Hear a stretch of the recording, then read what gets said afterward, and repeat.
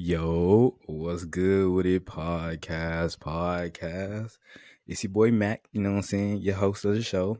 And today we back and we're actually gonna be talking about something a little deep and a little bit uncomfortable again. And that's actually failure, bro. Failure is simply a part of life. You can't beat it, you can't outrun it. You're gonna fail at least every season of your life, at least once. And really, it's more than that. I'm just trying to be generous, but it's necessary. So let's dive into why failing isn't the end of the story, but the part that makes it worth telling. Okay, so first of all, let's be real. No one's waking up thinking, I can't wait to mess up today. I can't wait to fail. But failure, it's part of the process. No matter how careful, smart, or talented you are, you're going to stumble, you're going to fumble, and you're going to fail. And honestly, that's where the good stuff happens.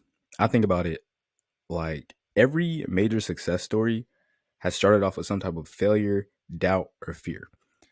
And if you don't believe me, bro, you can go look up like Mark Zuckerberg's, Steve Jobs, Elon Musk. I'm pretty sure Elon Musk started in his garage or something like that. Oprah Winfrey. Like there's so many stories out here of failure and turning it into success, and that's because failure is something you have to learn from. Failure inherently isn't bad. I think failure is learned to be bad from school because we take all these tests and we fail them. Or I'm not gonna say we, my dumb ass was. But you know, the one thing about failing tests is a lot of the times we actually got to retake them. And I think that's a accurate representation of kind of how life is. Like a lot of times you can redo stuff after you fail, and on the other times you can't. And the thing with after you fail those tests is you failed those tests to go back and learn more to retake the test. That's how I think you need to see it with life, bro. Life is just a big, long test that never ends until you die. And now I feel like that might be a crazy and obscene way of looking at it, but life is literally just a test from the day you were born until the day you get taken off this earth because you failed at almost everything before you learn it and you are able to apply it. But I think the reason failure hits so hard is because it challenges how we see ourselves and it makes us question our worth, our abilities, and sometimes our purpose. I've been there. I've told myself I wasn't good enough, that I didn't deserve success. And you know what? That self talk is the type of self talk that made the failure so heavy on me because it's like you're not allowing yourself to undergo the process of learning. Learning is literally failure. You don't get it at first and you're failing to understand until you finally understand it and you're able to apply it. And that application came from beforehand from the failures that you needed to do. Think about it in almost, you know what? Think about it this way. It's like when you trip in public, you can just get up and move on. But most of us replay that moment over and over, feeling embarrassed. That's how we treat failure. Like it's something to be ashamed of rather than just a misstep in our path forward.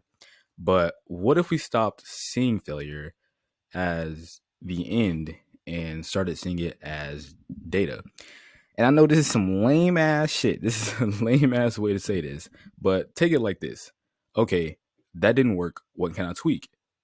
It's kind of like running a online store or just running a store in general. When something flops, you don't shut the whole thing down. You adjust, you test, you try again. Failure is feedback, not a final grade. And that's something I kind of wish that I knew more growing back or growing up because I used to think failure was just this big and terrible thing. But that's because I feel like we're literally conditioned from the moment that we get into school, we are conditioned to think that failure is this bad and terrible thing. But failure is good. Failure is needed in life because it teaches you. It is a teacher. Failure should not be bad in your mind. Failure should be a teach. And I know that a lot of people necessarily aren't in the predicament that they can fail in. And I can respect that. I can really respect that because, luckily for me, I'm in a blessed position where if I fail, I kind of have something to fall back on. And I know some people don't have that, but I think it's still important to realize that you have to learn from your failures. So here's what I want you to ask yourself. What are you scared to fail at and why? My fault. I don't know why I just struggled to read that. But yeah, what are you scared to fail at and why? What about failure is scaring you? Is it that everyone will see you fail, because if you fail, no one's gonna see you fail. And the way I think about it is this way: when I post a TikTok video or I post a podcast episode and it doesn't get the views I want, I used to get upset and embarrassed, and my ego would take a hit. But now I kind of take it as, okay, well, what time did I post? What time did I post those other TikToks that I did well? I reframe it and I rework it to work in my favor. And yeah, I failed. So now let me apply what went wrong and see if I can get it to go right. So I remember when this is the first time that I think I for real felt like a true failure. Um, it was my first year of college, and my first year of college was the 2021 year. Oh my gosh, I can't speak English. And that was COVID year. That was prime COVID. We was in deep COVID. And for some reason, that was also the year I went to college and decided to go on campus. I don't know why.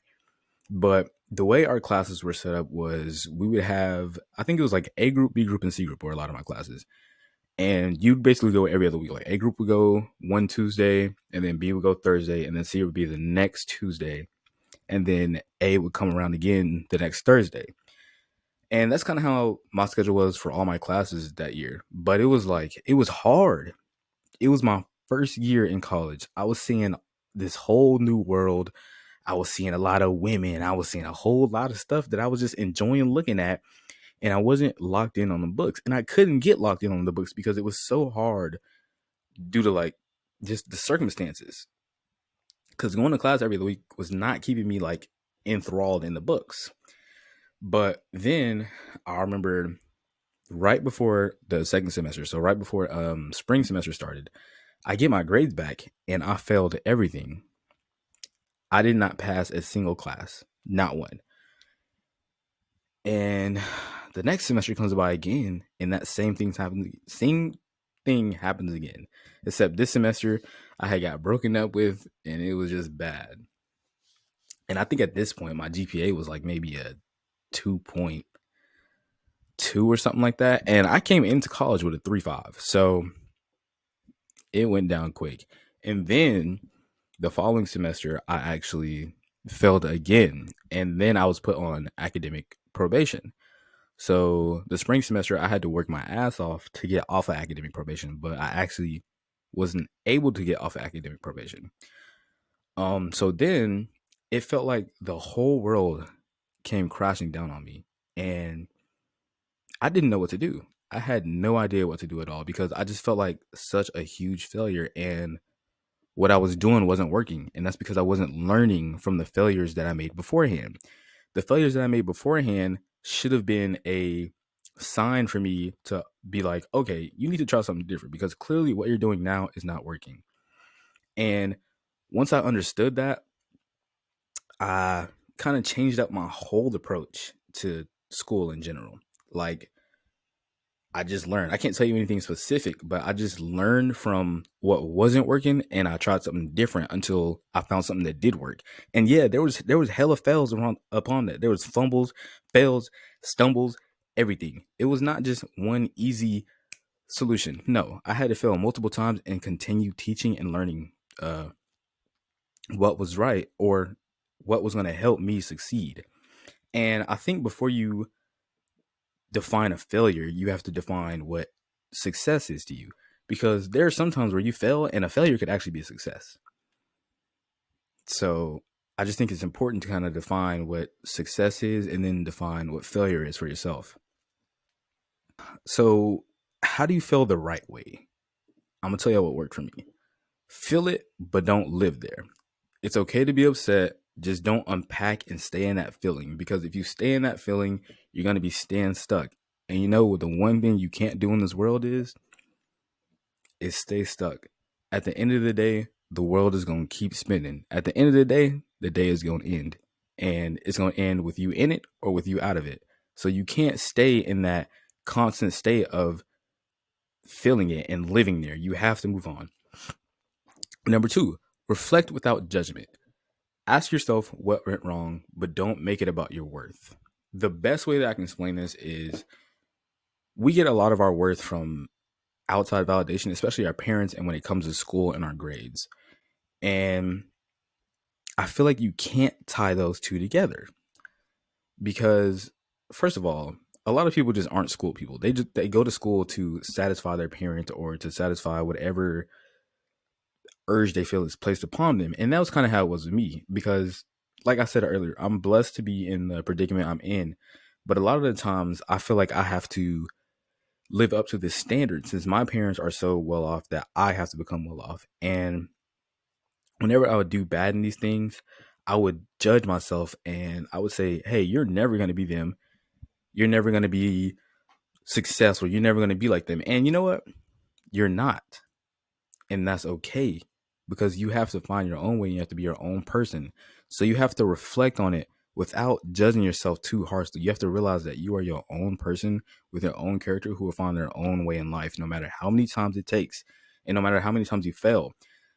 I used to feel like I was always going through something and I was always failing and there was just so much bogging down on me.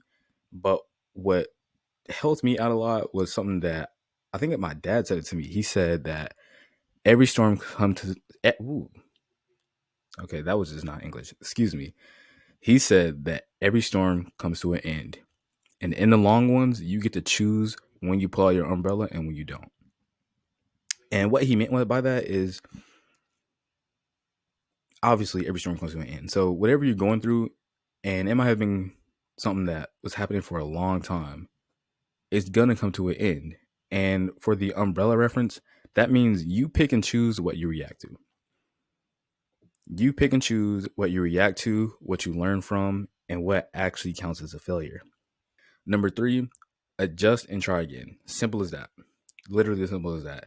Tweak your approach and then get back out there. The best example I can think of this is the one I used earlier when it comes to like high school, middle school, and elementary school. You fail a test, you get to retake it. You go to tutoring and you learn it over again, and then you retake it and you end up either doing better or you just ace that hoe. And that's how it is with life. You either fail and you learn, or you fail and you just get the best results possible. You know what I'm saying? It's very rare that you fail, you try to learn, and you end up back in the same spot. You might fail again, but I promise you, you'll fail further along the line than if you didn't learn. And I think the perfect predicament or the perfect explanation for this is literally my podcast. I've had this hoe for a year and some change. And last year, I would say was a failure because I didn't upload as much as I wanted. I didn't get the traffic that I wanted. But you know what? I learned a lot. I learned how to market myself on social media. I learned how to be more articulate with my words. I learned that I don't like putting myself under too much stress and duress because then things start to feel like a chore.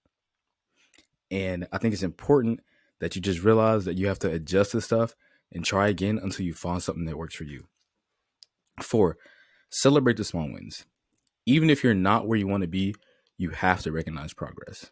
Once again, I'm going to draw it back into this podcast. I'm not where I want to be.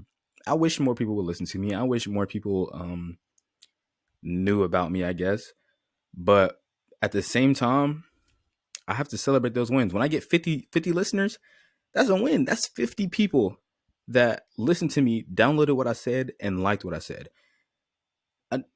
Imagine you post on TikTok, right? Let's say you only get 200 views and you get 30 likes. That's not a great ratio, but hey, 200 people saw what you had to say and 30 of them liked it. That's 30 people that they're not your friends. They're not in your area. These are 30 random people that liked what you were saying, and that's a win, and you should celebrate that. Number 5, surround yourself with the real ones. So real ones are just people who will hype you up, but also tell you the hard truths. And I'm trying to think of an example I want to use for this one. Okay. So I have a friend, and this friend always tells me that I'm a good talker, I'm fun to be around, and that they just enjoy being in my presence. But what this person also tells me is whenever I'm being lazy or I'm letting my own stresses get the best of me, they tell me those hard truths I need to hear. They tell me that I'm being lazy. They tell me that I'm focusing on something that I don't need to be focusing on. They're telling me that I'm doing something that I don't need to be doing. And it's important to surround yourself with people like that because those people will hold you accountable and tell you those hard truths that you need to hear in order for you to grow and succeed and move on further with your life. So failure isn't about who you are, it's about what you're doing, and both of those things can change. It's a process, not a verdict. Sometimes failure hits harder than usual. It feels like the storm won't end, and in these moments, like I said earlier, I remember something my dad told me. Every storm has to end. You can't control everything, but you can control how you weather the storm. One step at a time, one decision at a time. If you're feeling stuck in a cycle of failure, it's okay to pause, take a breath, and regroup. It's not quitting, it's recharging. And if you fail, it's not failing, it's learning. Y'all catching me? Y'all catching my drift? And let me be real for a second here. This podcast, it doesn't come together in one perfect take. I mess up a lot. I stumble over my words, lose my train of thought, or just don't like how something sounds, or shit, even how I look sometimes. And that's okay. Taking more than one take doesn't mean I failed. It means I care enough to get it right, and it's all a part of the process. So, yeah, you're going to fail probably more than once, but that doesn't mean you're missing something. It means you're right where you need to be. Thanks for tuning in to Missing on the Podcast. You know what I'm saying? That was a good way to end it. That was a great way to end it. But if you like this episode, hit the follow button, share it with a friend, share it with some family you feel like needs to hear this. Share it with anyone you feel like needs to hear this. And keep pushing forward, even when you fall. So until next time, I'm Mac, and this is Missing Something. Catch y'all soon, man.